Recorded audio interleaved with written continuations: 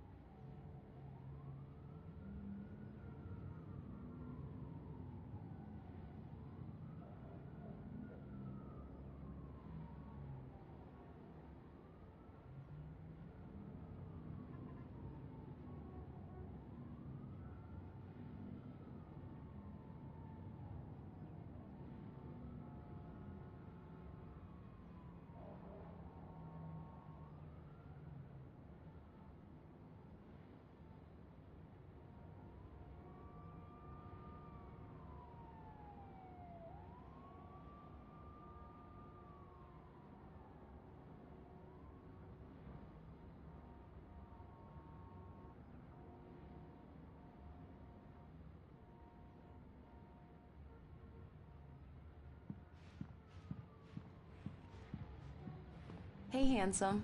This is gonna be a long night, but these shots are turning out great. I guess you're gonna need that coffee then. I'll go put it on.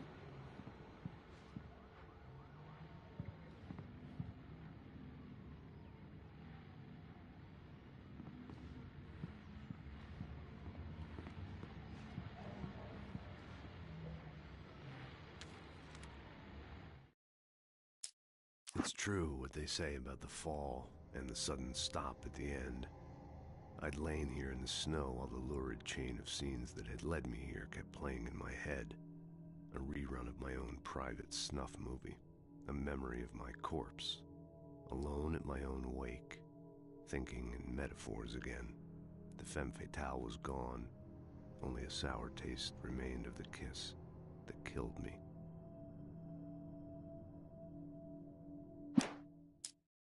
This was a late goodbye. 13 years after I'd gotten my revenge, it had finally caught up with me. It had been a long time to bear the pain. My blood painted the snow red.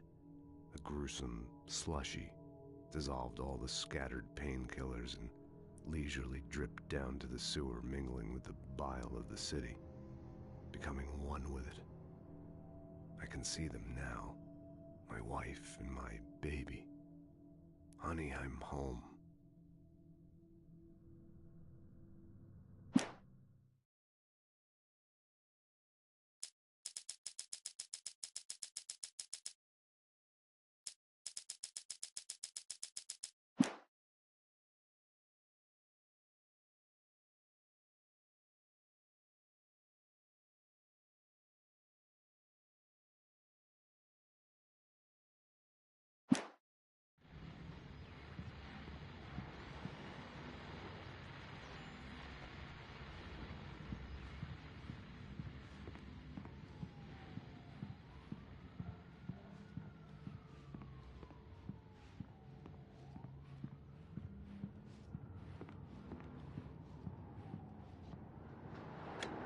Coffee's on.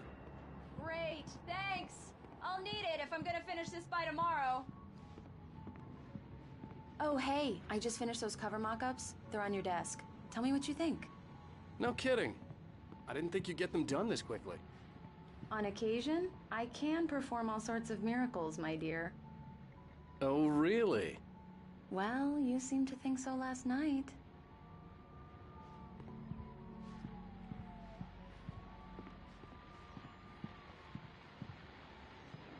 These look really good. Oh, sure, until Barry gets his hands on them. Which, by the way, will happen over my dead body. The last time was the last time. Oh, and speaking of Barry, he called. Alan? Alan, please check the fuse box. I'm right here. I'm on it, honey. Please hurry! Honey, it's a power outage. I've got the flashlight. Okay. Hi. You okay? I'm sorry. It just really spooked me. Don't worry. We'll just break out the candles. I know it's stupid, but it's just... Especially when I'm not prepared for it, you know? It gets to me. I love you.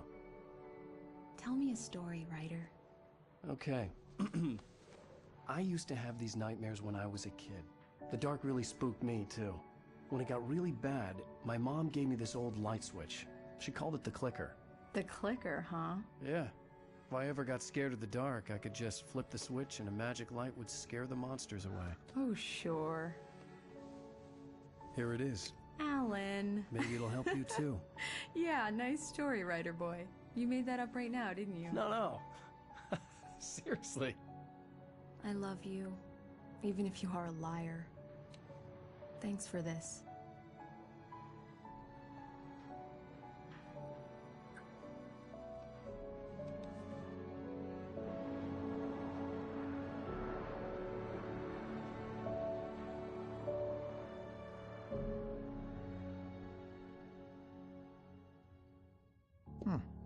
How do you feel, Mr. Wake?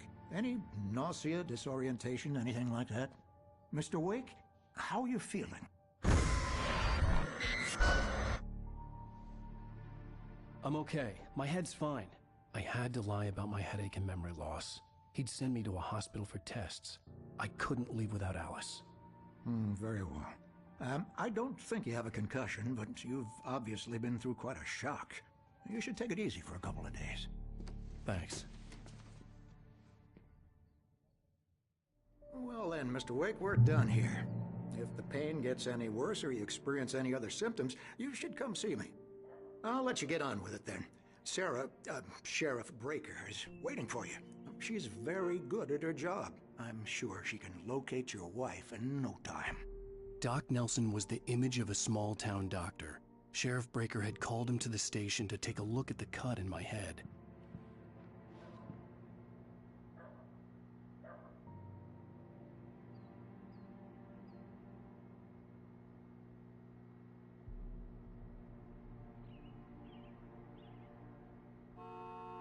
I believe you'll find the sheriff in her office. Just go down the corridor.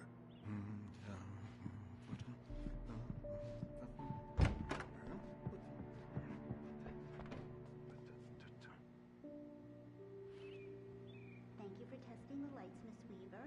Everything seems to be fine. I don't have the luxury of being complacent and ignorant. The bulbs will need changes, and you can't change them in the dark. I'll be sure to take care of it, Miss Weaver. Have a nice day now. Very good. I'll come back later on to remind you, just in case.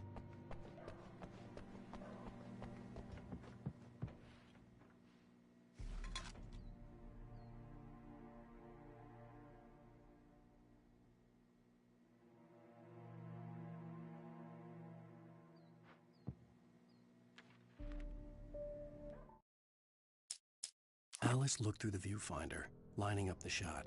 Cauldron Lake was breathtaking. Something caught her eye.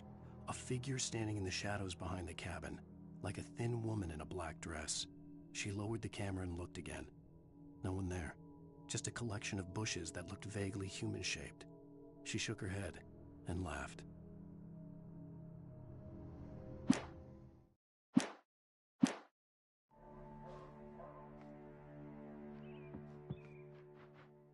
Yeah, it's Mulligan here. I'm at Stucky's gas station with Thornton. There's no sign of him. Over. Wait. Yeah, this is Thornton. Look, we've located the brake float. It's here. That's some good news, right? Stucky was supposed to be driving it at the rehearsals today. Over. Oh, give me that. Mulligan here. Looks like someone really thrashed the garage. Over. Okay, roger that, guys. Keep looking for Stucky. Jane's out.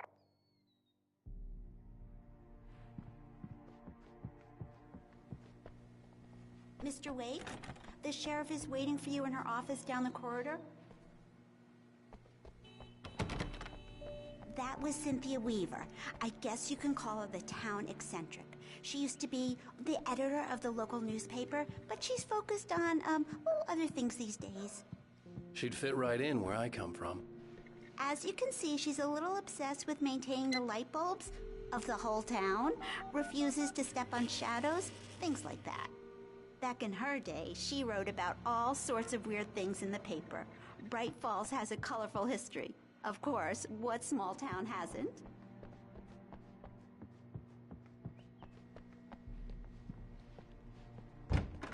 Come in, Mr. Wake. Your phone's on the desk. The battery was dead. It's charged now. Have you started looking for my wife yet? My men are already on it. Now, can you tell me what happened? I'm not sure. I can't remember. We were arguing. I walked out of the cabin. The cabin on Cauldron Lake? How did you end up at Stucky's gas station? I wanted to tell her what had happened last night, but I couldn't. She'd lock me up. Excuse me. I need to take this. Hello? Alan, please help me. Alice? Stop talking to the law. You'll do exactly what I say if you ever want to see your wife again. Who is this? Go to the back lot. There's a hole in the fence on the left. Look inside the junker. I left a little something there to convince you we're all on the same page here. After you ditch the cops, you're gonna meet me in Elderwood Mr. National Wake, can Park. I help you There's with a spot anything? called Lover's Peak. Midnight. Don't do nothing stupid, pal. We're watching you. I need to get some air. The sheriff said I could go out back. Of course, Mr. Wake. You can get there through the cell corridor. Just don't mind Walter in there. He's one of our regulars. Hey, mister! Hey, can you turn the light? The light's on! The deputies, they don't understand. Thank you, man, thank you. Hey, you're alright. You're a good guy. Don't let anybody tell you different.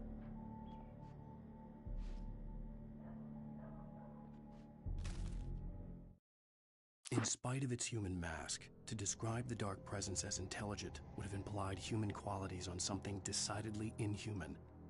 Nonetheless, it found the one spot in the diner that was dark enough. Some light spilled into the corridor, ravaging it. But it took the pain.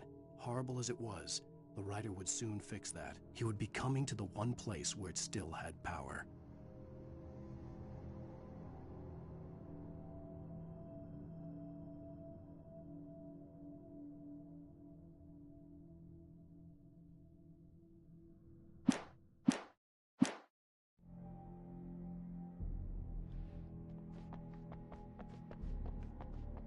The early morning light hurt my eyes and made my head ache.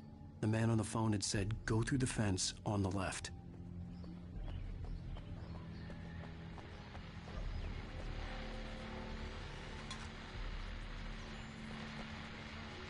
Well, folks, it's been another long night, and it's about time for me to sign off for a while. God knows I need my beauty sleep. Just one more item before I go. It's been a busy night for the sheriff's department. We've had a few broken windows, even a report of shots fired on Main Street. Deputies Mulligan and Thornton had to deal with two intoxicated young men who were celebrating the completion of their Deer Fest float. Now, folks, we get this every year. I know it's exciting, the big day is almost here, but let's save it for the party and leave the gunplay for the shooting competition, huh? There's no point in getting all worked up yet.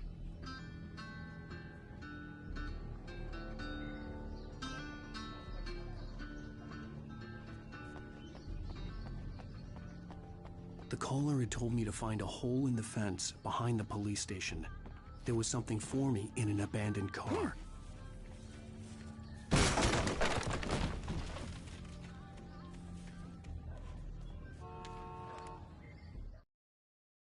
The kidnapper fired his gun one last time, and the shadow vanished into the darkness it had come from. See? Nothing to it, Wake. The thought of Alice in his hands was revolting.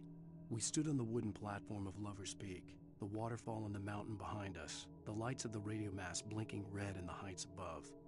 I fought with the urge to take a swing, force myself to speak. Let's cut the act now. Where's my wife?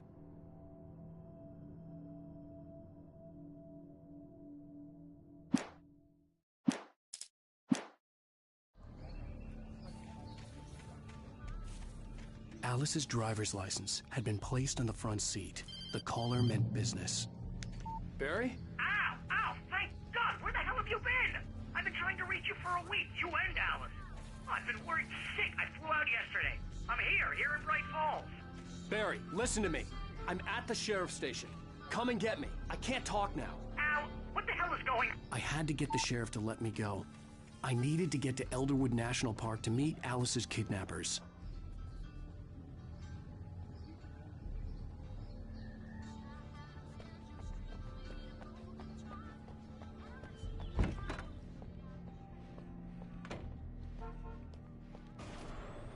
A writer is a light that reveals the world of his story from darkness, shapes it from nothingness. The way a sculptor carves a statue from a block of granite. If I stop, the world I'm making dies. Darkness will reclaim it. It's a long, hard journey into the dark. Alice's life is at stake, but I can't think about that, or I'll lose it. The dread lingers at the edge of perception. I'll push on. Anything is possible here. I'll write the story. I'll save her.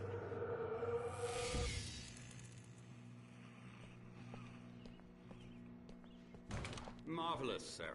I just wanted to settle all the damage the Anderson brothers might have inadvertently caused. Are you feeling any better, Mr. Wake? I'd like to leave. Am I free to go? Well, we still need to talk about... Am I under arrest? No, of course not. But I need to know where you'll be staying so I can get in touch with you. I'd avoid the motel. The Majestic is known for its roaches. The cabins at Elderwood are pretty nice, though. That sounds perfect. I'm Dr. Emil Hartman. I'd like to invite you to stay at Cauldron Lake Lodge. Did you talk to my wife? I had the pleasure of discussing your situation with her on several occasions. Did you set something up with her? I invited her here. My clinic is a place where... Oh, hey! Oh, my! Take it easy. Hey, nobody move! Get your hands off of my client! Who are you? I'm Barry Wheeler, his agent. If you have business with Mr. Wake, you talk to me. You yokels won't know what hit you once I sick my lawyers on your asses. No harm done, Sarah. I'm all right. I don't want to press charges. Mr. Wake, my offer still stands. Get me out of here. What the hell was that about, Al? We don't need a replay of that thing with the paparazzi. I thought they were gonna lock you up. I had to talk to someone. I told Barry everything. He thought I was certifiable, but when he heard about the manuscript, I had him. The fact that I'd written something, even if I couldn't remember it, was enough for him. He smelled money. And he believed that Alice had been kidnapped. Anything beyond that was another story. I had a midnight appointment with the kidnapper in a place called Lover's Peak, somewhere in Elderwood National Park. The plan was to rent a cabin. I don't like it, Al. I don't like any of it. It's not good. In fact, it's the absolute opposite of good. Mr. Wake! Barry, you found him! Hi, Rose. Oh, wow. I was just thinking about you, too. Great. I was just bringing Rusty some coffee. He's on the balcony, looking after Max. Poor thing. I really need to go. Great to see you again, Mr. Wake. Later! Who's Max?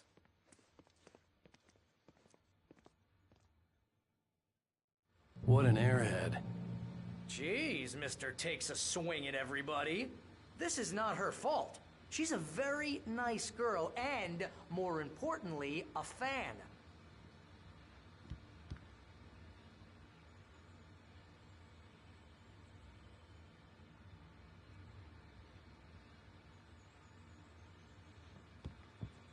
Seriously, Al, what you were saying in the car, just listen to yourself. What, you shot a guy and his body just disappeared? When was the last time you slept? What, are you high? Have you been drinking? No! Look, Barry, I'm missing a week, and someone's got Alice. Do you and everything's understand just... what it sounds like when you say stuff like that? Don't get me wrong, it's a good story, could be a bestseller. But when you start confusing fiction with reality, you're buying yourself a ticket to the funny farm. All right, wait here.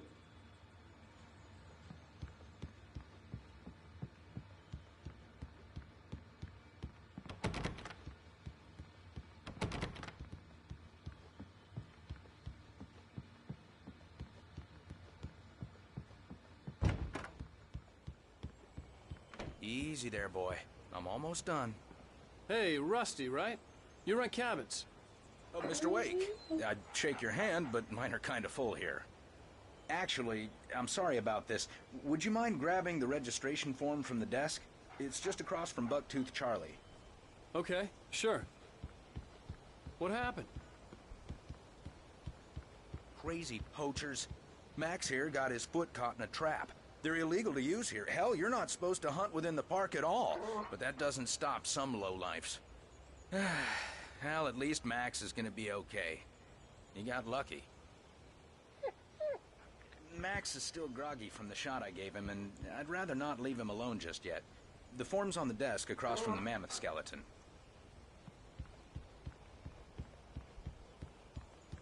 Seriously, Al, you can't just go and meet a kidnapper. Those situations always end up in disaster. You gotta talk to the cops. She's my wife, and it's my call. Can we talk about this later? No. This whole thing... Listen, you hit your head. I mean, geez, Al, come on. You gotta understand how crazy all this sounds. If you're trying to pull a joke on me, freak me out, it's working. Ha ha, let's have a laugh on Barry. Well, you had me going there real funny, Al. You can quit it now.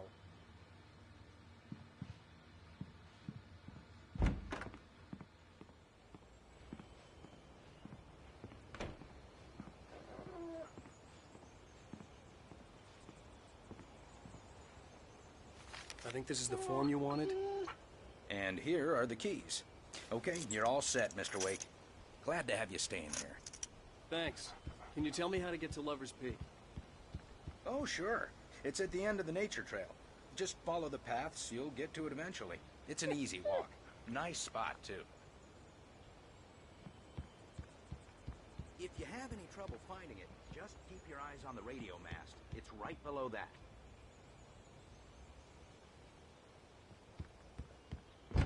Look, Al, you're asking me to believe that you shot a dude who went poof into thin air, a guy who was bulletproof until you pointed a flashlight at him.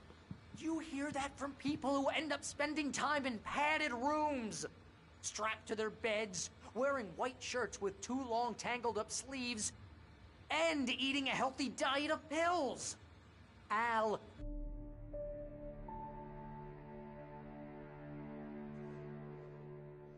That's just crazy talk, Al. Al. Al? We should go to the sheriff or call the FBI. Damn it, Barry, they'll kill her! This is not a goddamn debate, Barry. I'm going to Lover's Peak. He said to come alone. Okay then. I understand. You're my best friend, and I'm worried that you're not right in the head. Tell me what to do to help, and I'll do it. You stay here, and if I'm not back by morning, call the cavalry. Achoo! Achoo! Just be careful with the natives, Al. These yokels are dangerous. Everybody hates a tourist, or it'll be Deliverance all over again. Achoo!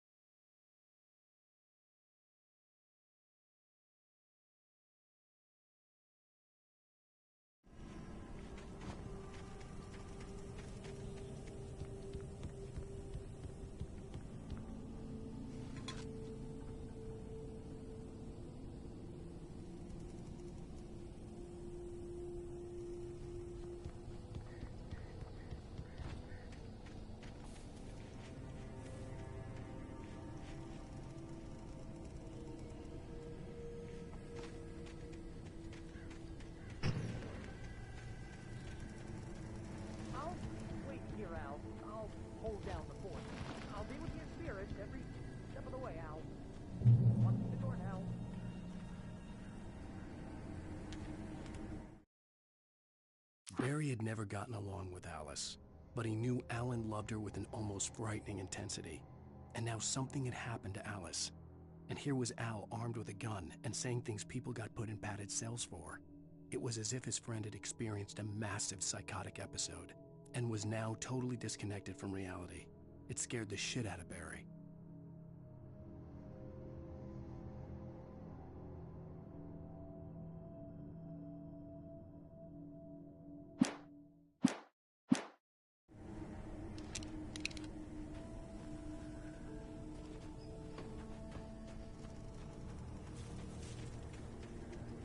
I knew I should have gone to the cops. This wasn't the smartest thing I'd ever done, but I was still angry with Barry for trying to talk me out of it. These people had called me right in the sheriff's station. The cops wouldn't scare them, and they had Alice.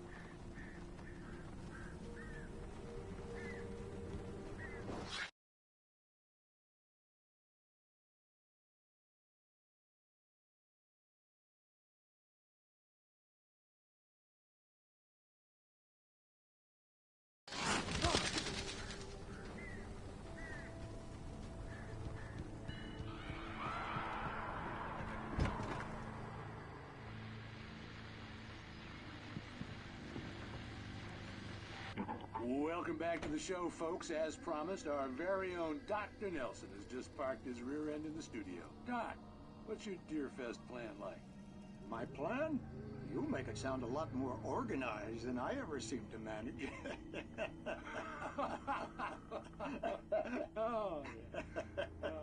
No plan, really. Just taking the atmosphere. I'm getting a little too rickety to do much more than that, you know.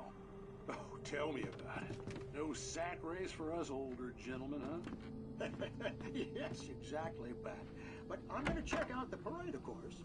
And I'll be one of the pie contest judges, too. Well, that takes a different kind of constitution. Oh, yeah. It's my kind of exercise. Now, Doc, seriously, you're in pretty good shape, though.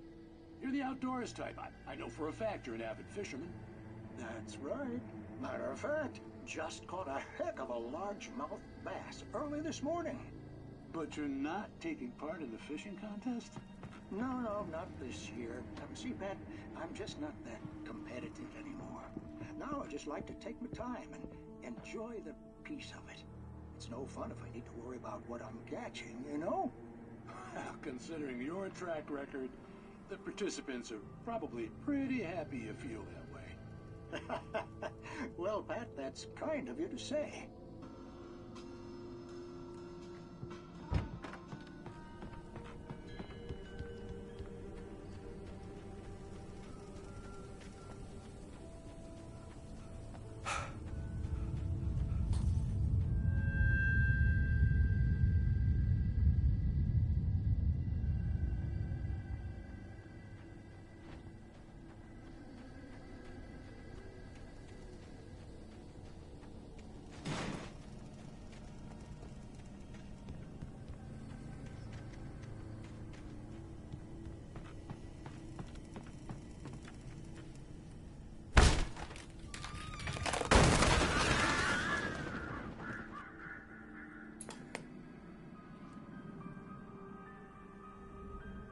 Crime and punishment.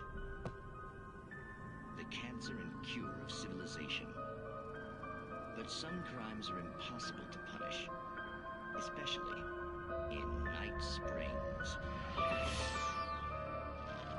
Tonight's episode, The Man in the Mirror.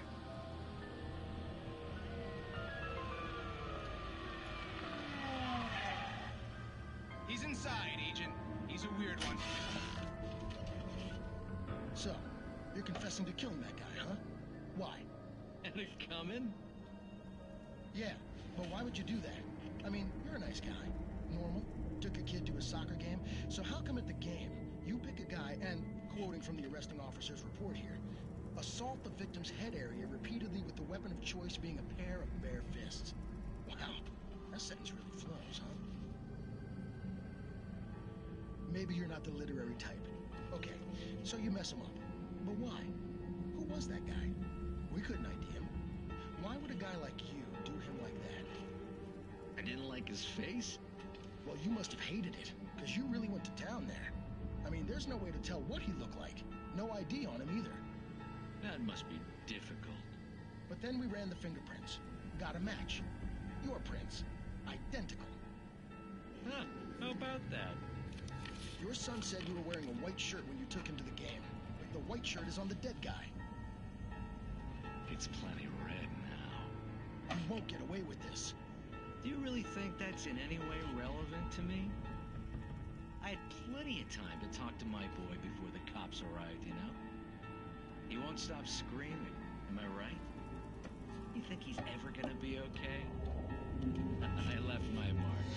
Believe me. You bastard. What? You gonna shoot me? What's the point? I'm going to prison. You got me. I don't understand any of this. And you never will. Don't worry. Maybe you'll see me again, Agent. Maybe in the mirror.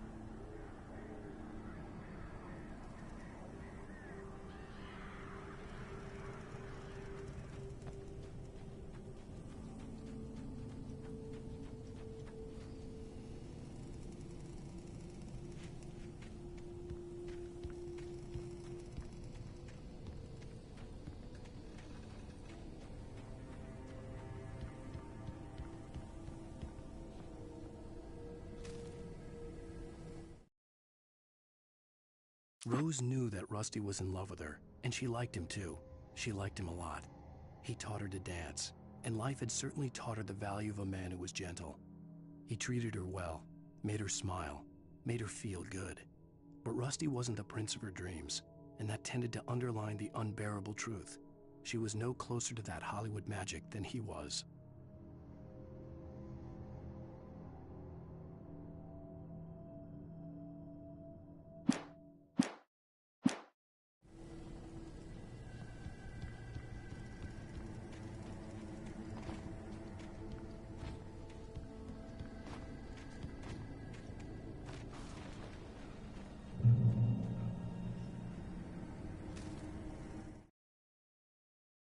The air in the visitor center was heavy with an awful smell, as if some rotten drowned thing had crawled up from its grave.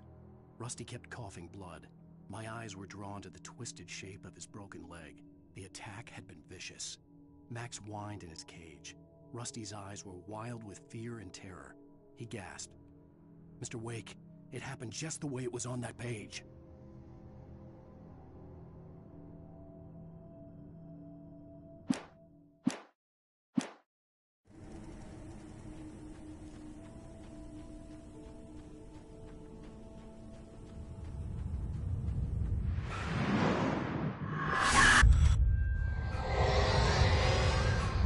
The vision left me weak. This was no head injury.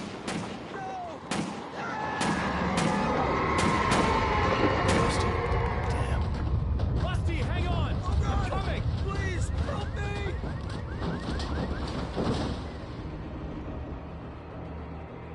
Anybody? Help me!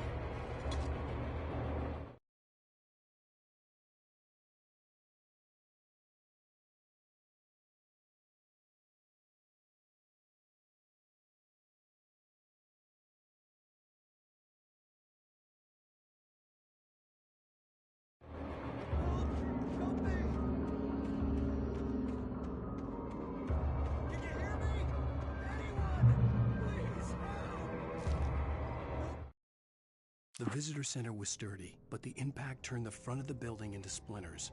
Rusty was thrown across the lobby like a rag doll and hit the far wall hard. It didn't hurt until he tried to move and saw his leg bend the wrong way, felt the broken rib stabbing him on the inside. Rusty howled in pain and fear, suddenly afraid to die alone.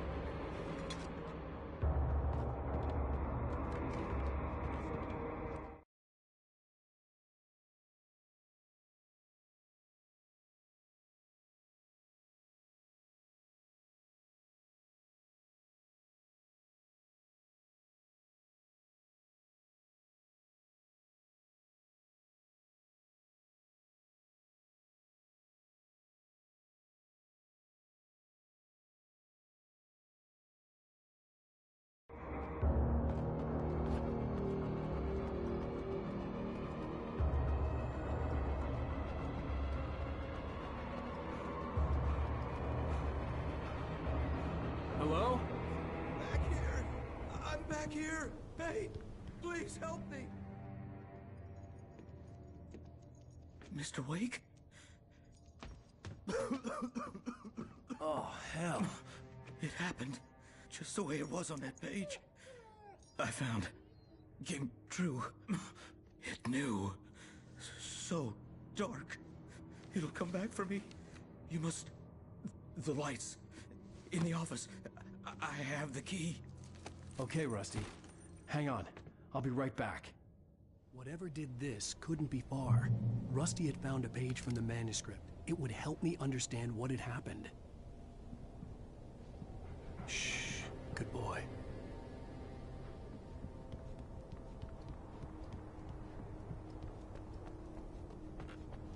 The only way to make sure that Rusty was safe was to get the power running and the lights back on.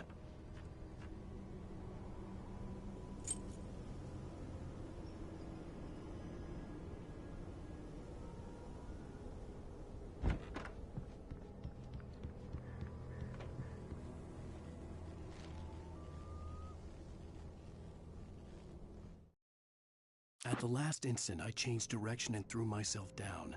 The axe splintered the trunk of a tree. I stumbled into the pool of bright light. My lungs burned. I was too exhausted to move. I tensed as I waited for the killing blow, but it never came.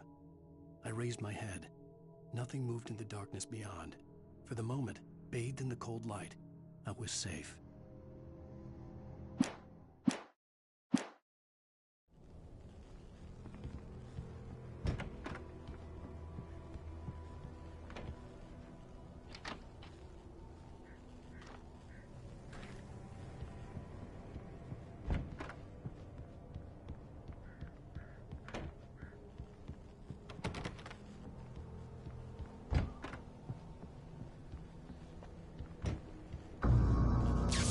Too late. Someone had destroyed the circuit breaker. There was no way to get the lights back on.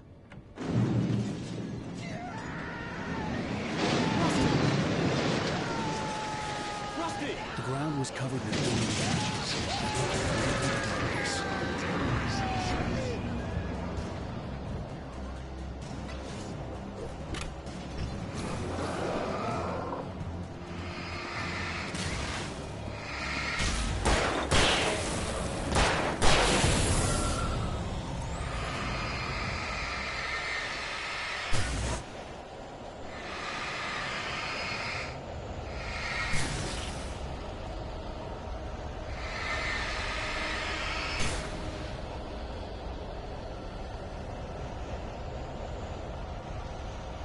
Something had torn a mammoth-sized hole in the wall.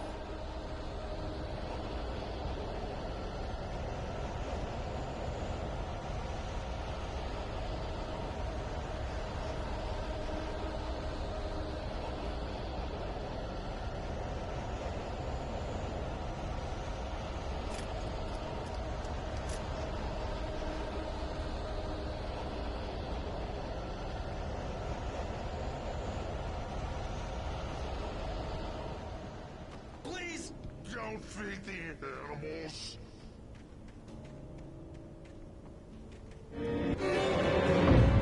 Obey! The park ranger's instructions. At all times. Fishing! Rusty, no! Bridges up, Park. License! Never. No roads closer than 100 yards. Two bears and wolves. Never approach any other wildlife closer than 25 yards. Pets must be leashed. Never leave your Pet unattended.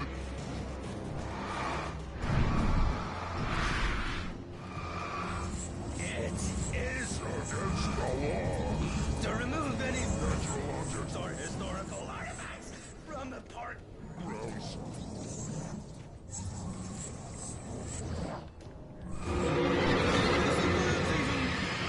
You obey. By the law, the river. Or even simple berries.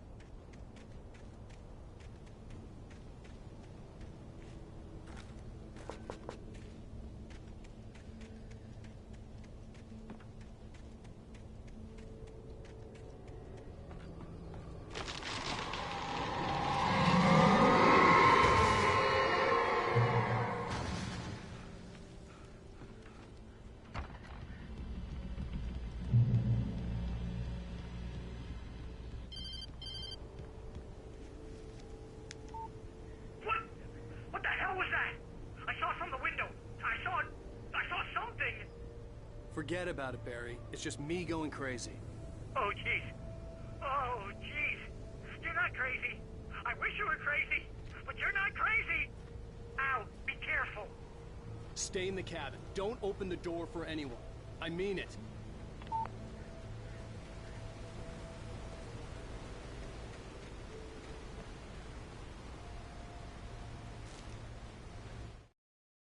In that last instant of consciousness, Rusty thought about Rose. He was older than she was. Rose was barely out of her teens, but she made him feel young and forget what a train wreck his long-dead marriage had been. He still wore the ring. He'd been waiting for her to tell him to take it off. Now she never would.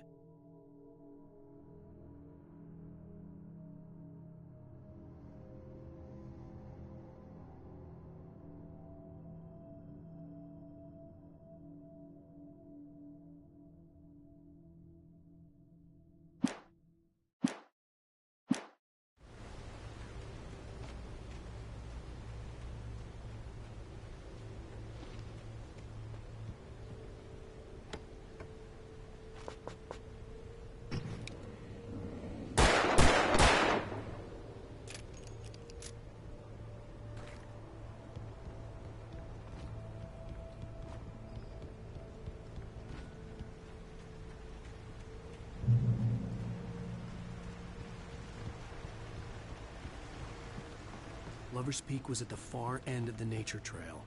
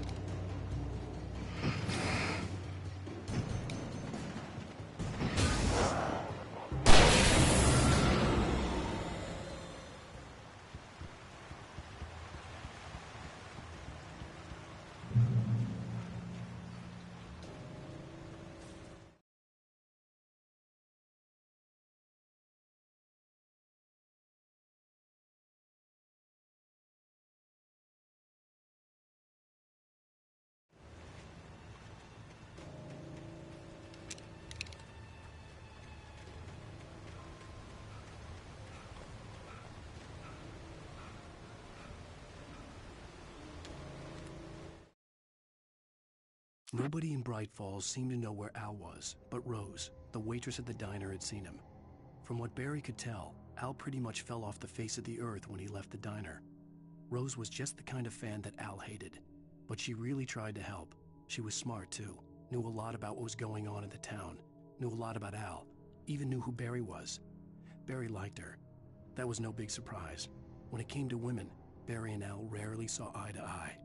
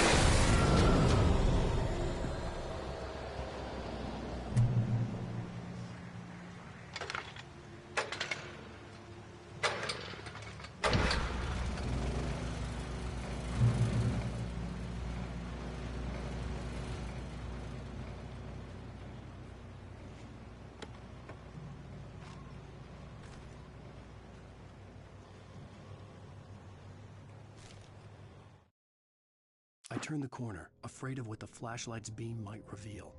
Suddenly, a roughly painted symbol of a torch glowed in the light. Behind it, hidden by a rock, sat a battered metal trunk. It was here for a reason, packed with supplies, batteries, flares, ammo, things you need to make it through the darkness of the night. Something left behind by someone who knew what I knew, and more.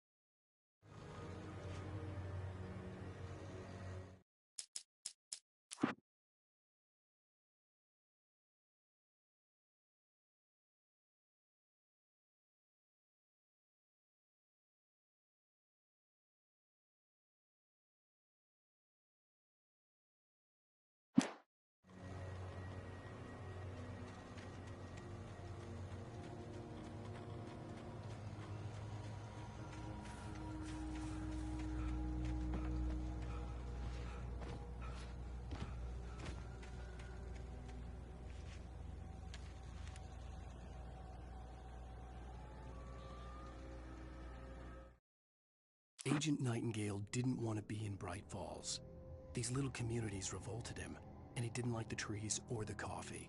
He now knew that impossible horrors lurked behind the storefronts and smiles.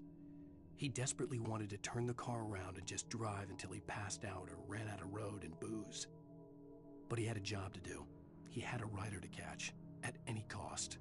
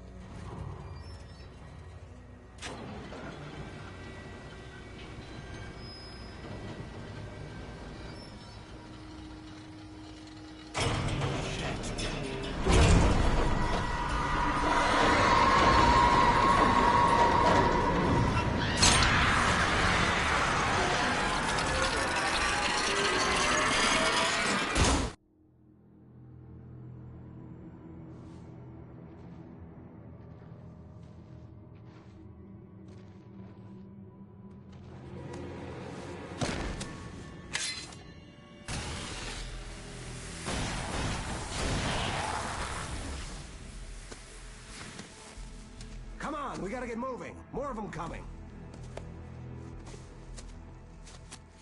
That flashlight's kid stuff. The flares won't keep the bastards away.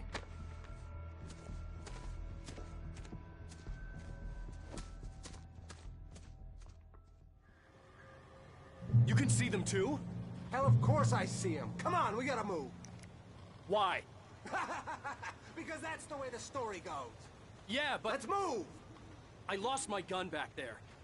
Oh, I've got a gun. Just keep that light steady on.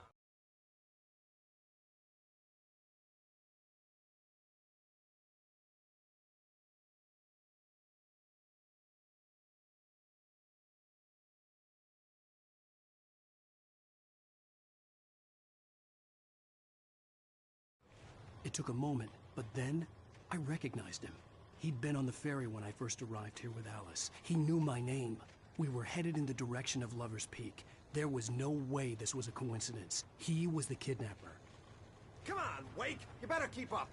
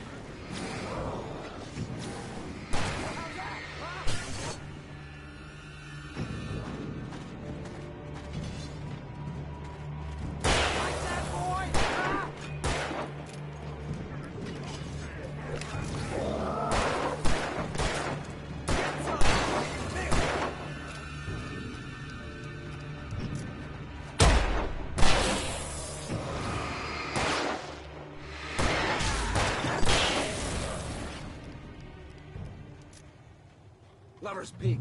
Right up these stairs, Wake. Use the flares from the emergency box to hold them off while I get these boards off. Give me the gun. Yeah, no can do, Wake. Are you kidding? Give me the gun! No time for back talk.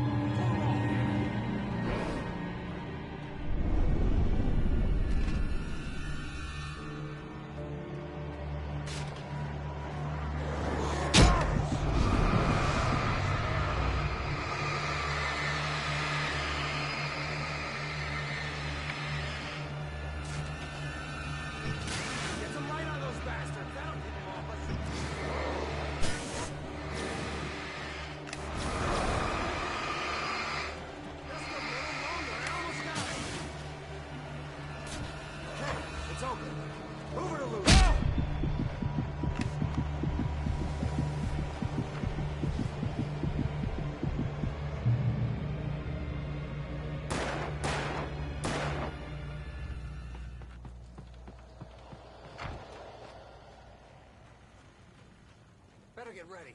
They'll be on us soon.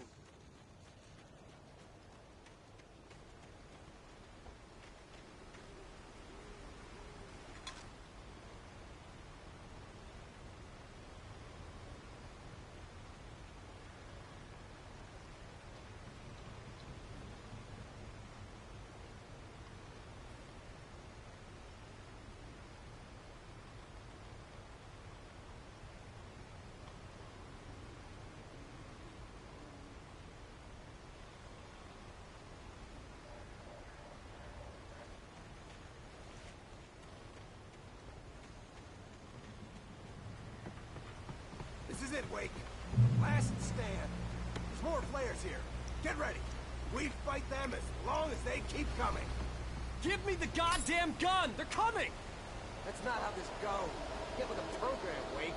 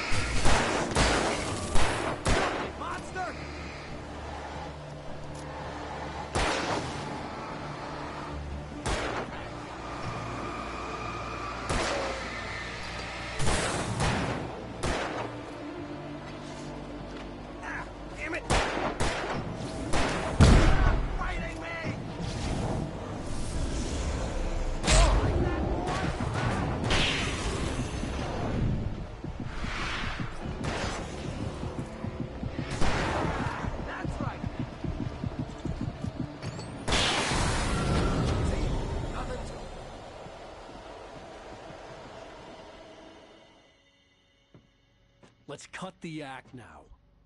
Where's my wife? I knew you were gonna say that. I read it all before. You're a hell of a writer. Congratulations.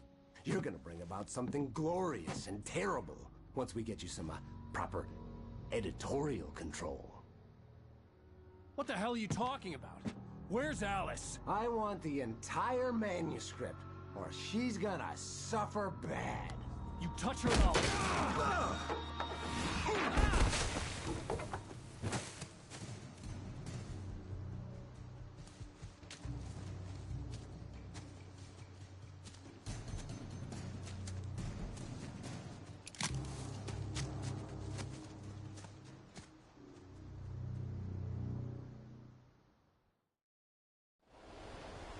You're gonna give me the manuscript or you'll be sorry. No! Come back here! I swear I'll kill you if you hurt Alice! Do you hear me? Come back here! He had Alice, and he wanted the manuscript because he thought it held some magical power. But I had no manuscript to give him. I had to get back to Barry and figure out my next move.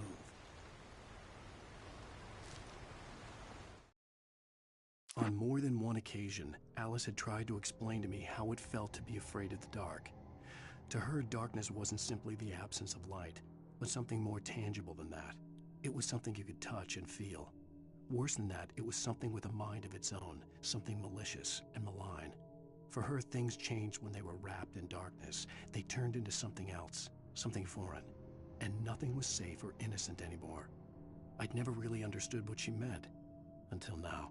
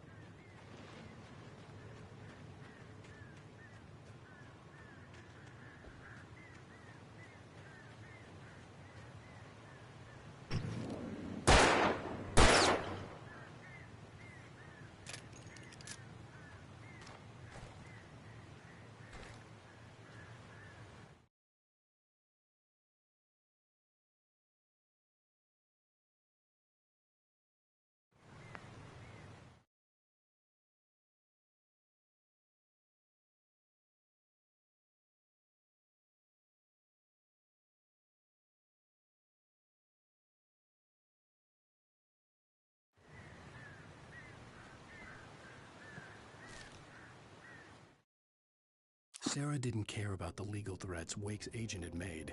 She let Wake go without argument, because there was something about him she couldn't quite put her finger on, something that reminded her of her father. She didn't think Wake would hurt his wife. Then she thought about the way he waded into Hartman, that hair-trigger rage flaring up without warning.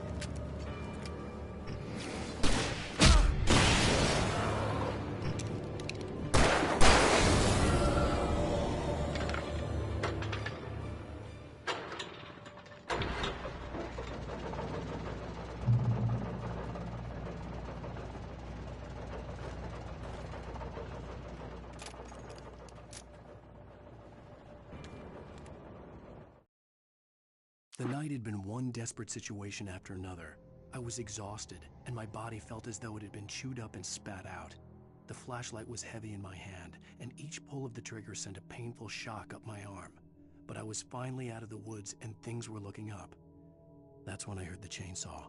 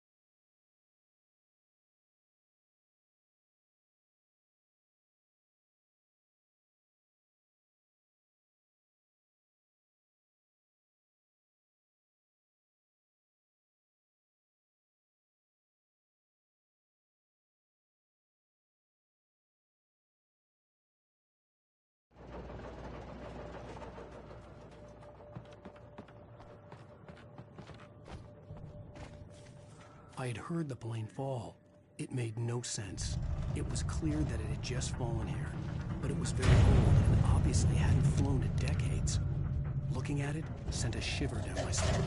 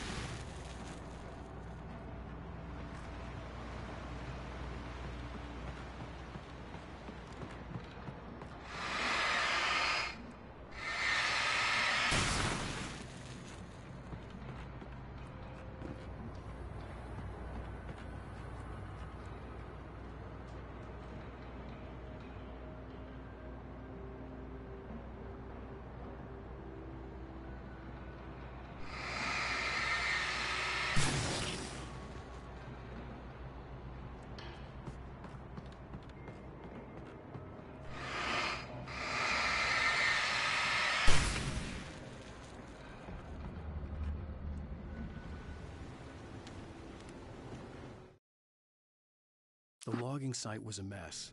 The modular office had been pushed off the cliff. Deputy Thornton climbed up from the wreckage excited, breathing hard from the exertion. Nobody there. It's weird. Don't you think that's weird? Bored, Mulligan let out a mighty snort. Hell, it's always weird, Thornton. Just a question of sorting out what kind of weird it is this time around.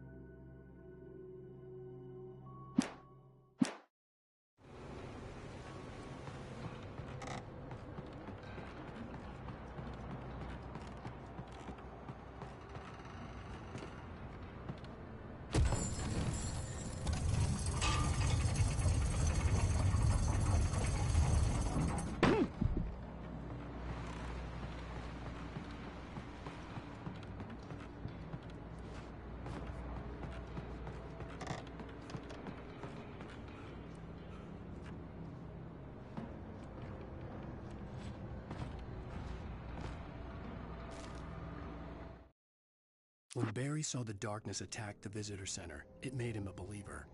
The men Al said he'd shot, they hadn't been just locals on crank. Somehow the world had changed, like the channel had been switched without warning. You think you're watching a sitcom, and you're really watching a horror show. When the birds started attacking the cabin, Barry wasn't surprised, just terrified.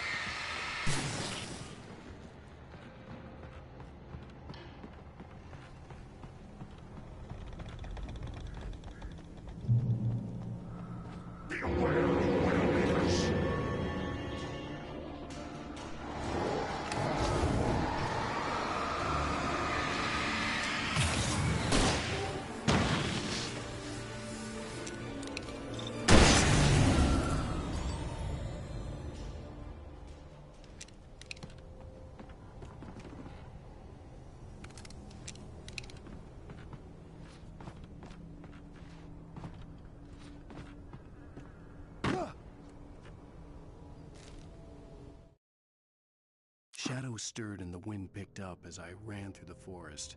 I felt the dark presence turning its gaze toward me. Then the moonlight was blotted out by dark shadows that raced violently across the ground, moving too swiftly to be natural. Darkness gathered between the trees and melted again to reveal the Taken. No natural path had brought them here.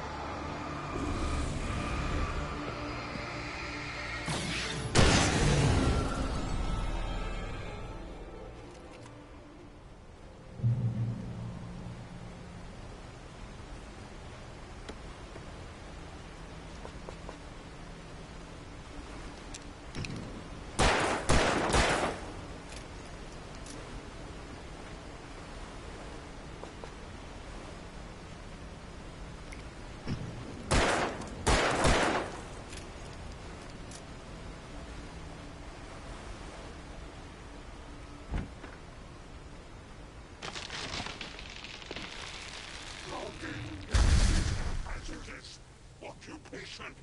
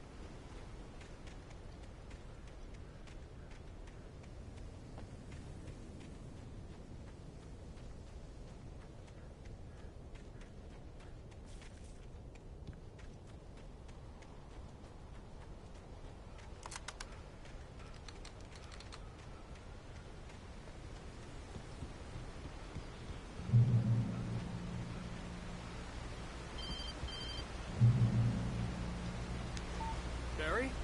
Ow! The porch is covered with birds. They've got all Hitchcock on me. Stay out of sight. I'm on my way. Don't open the door. What am I, crazy? Stay hidden.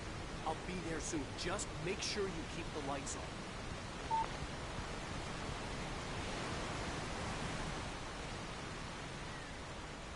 I still had to reach Barry at the cabin, but at least I was out of the woods.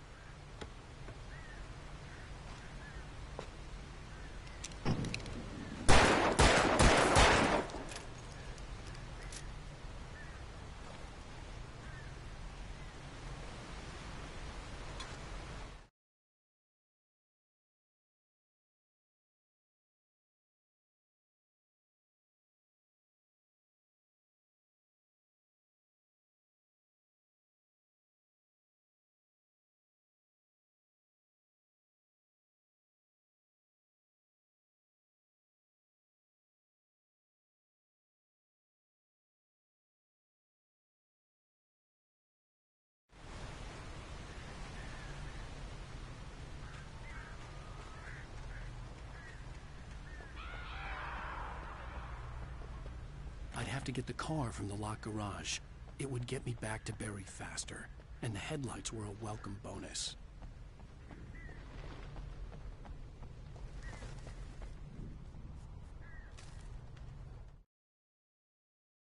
The FBI agent's command froze me in place.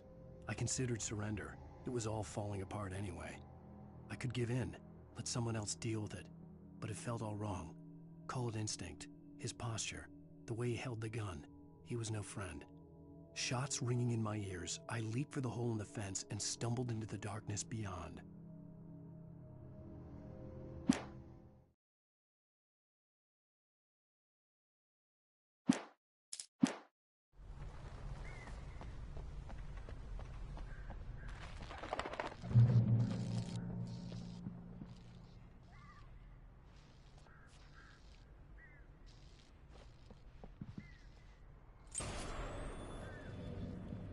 A story is not a machine that does what you tell it. A story is a beast with a life of its own. You can create it, shape it, but as the story grows, it starts wanting things of its own.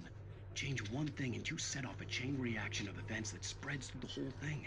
The characters have to be true to themselves. The events need to follow a logic that fits the story. A single flaw and the magic is gone.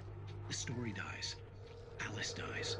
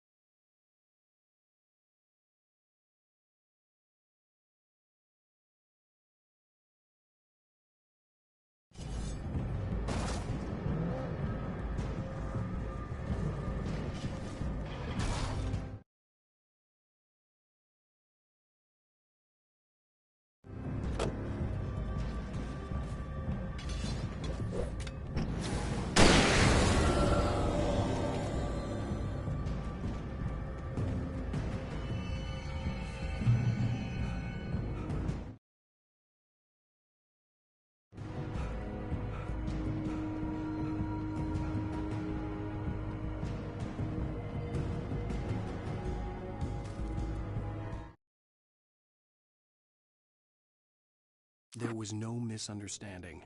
Cauldron Lake was where Alice and I had stayed, but there was no cabin and no island. I was missing a week. What had happened to me? What had happened to Alice? I had to get her back. I couldn't face life without her.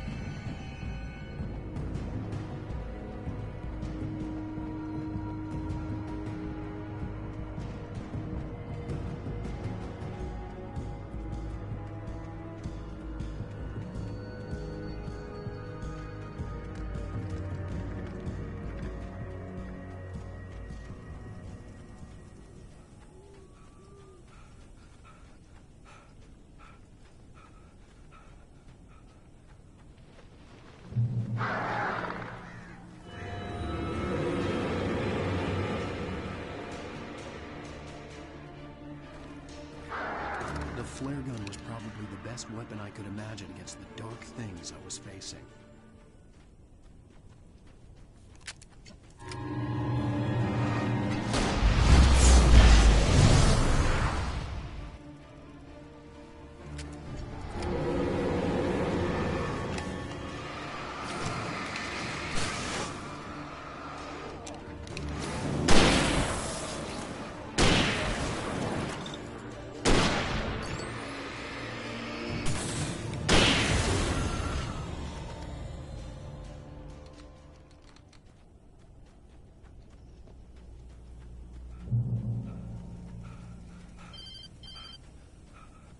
It was the kidnapper.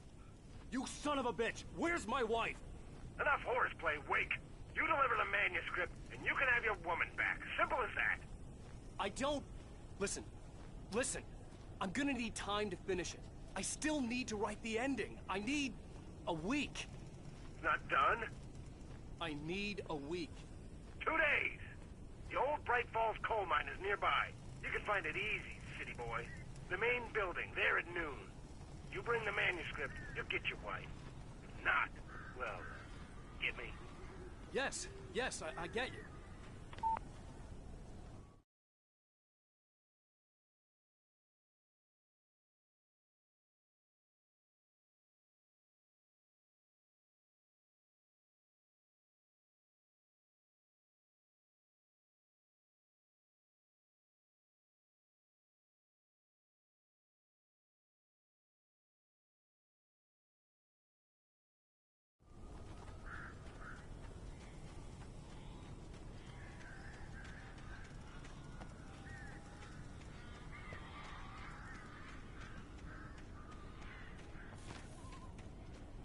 Barry had talked about birds over the phone.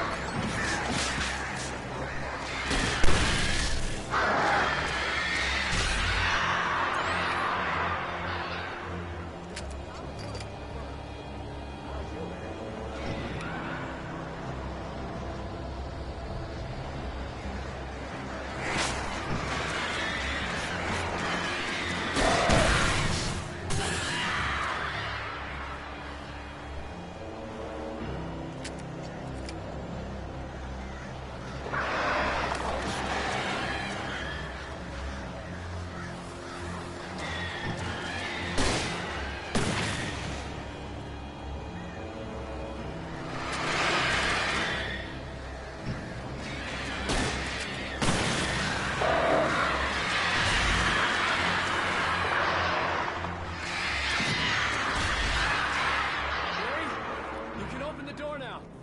They're gone.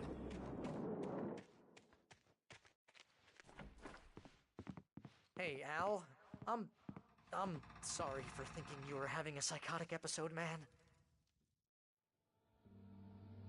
I sent Barry to the town to ask around about a man fitting the kidnapper's description.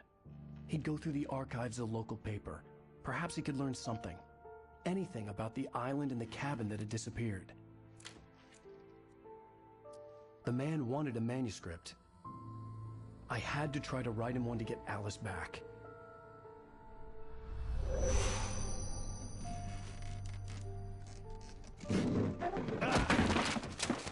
For me, the supernatural had always been nothing but a metaphor for the human psyche, a tool to use in writing fiction.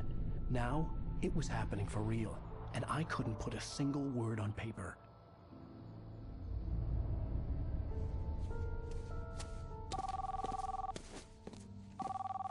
Barry Wheeler speaking. This is Rose. Rose? I found Mr. Wake's pages. Oh, you sweet, brilliant girl. Could you and Mr. Wake come get them? I live in the trailer park outside the town. We'll be there in less than an hour. Bye now. See you soon. Have a great day. Hope you come back soon. Welcome to the Oh Dear Diner. Good girl.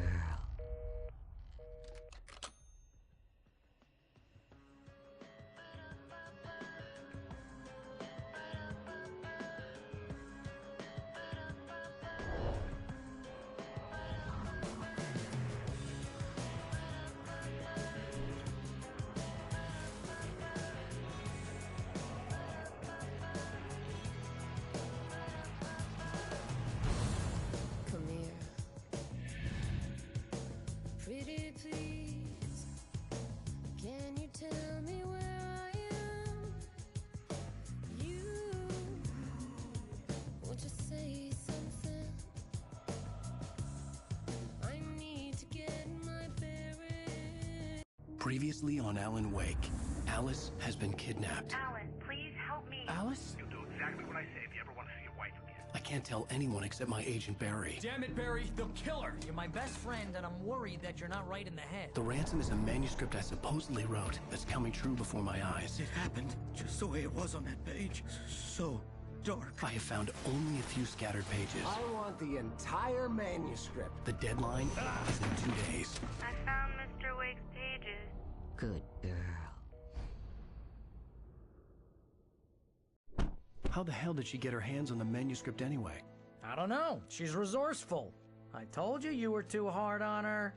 Listen, I found out all sorts of interesting stuff while I was digging around. Yeah. Mr. Wake, it's Sheriff Breaker. We have an FBI agent here, Agent Nightingale. FBI? He's anxious to see you. You'd better come to the station. Okay, I'll be right over, Sheriff. Let's make this quick, huh? Help you folks? Name's Randolph. I'm the manager. We're looking for Rose. Works as a waitress down at the diner? Rose, sure. Nice girl. Who wants to know? I'm Alan Wake. The writer, huh? I heard on the radio you were visiting. Well, I'll show you her trailer. That Rose, she's a nice girl. Always pays her rent on time. As I was saying, Al, I found all sorts of weird stuff from the local newspaper's archives. This place is crazy. Disappearances, mysterious deaths, urban legends come true, and, get this, most of this stuff takes place around Cauldron Lake. Well, you ain't wrong, mister. The Indians thought the lake was a doorway to the underworld. I'm the God-fearing type myself. I don't hold with that sort of thing. Yeah, okay. Anyway, there was an island there owned by a guy called Thomas Zane. Now, some of the articles I found about him make him out to be a famous writer, but I ran a bunch of searches, couldn't find a single thing he wrote. Zane was heavily into diving, so much so that the place came to be called Diver's Isle. But the volcano under the lake erupted in 1970, and Zane went down with the island.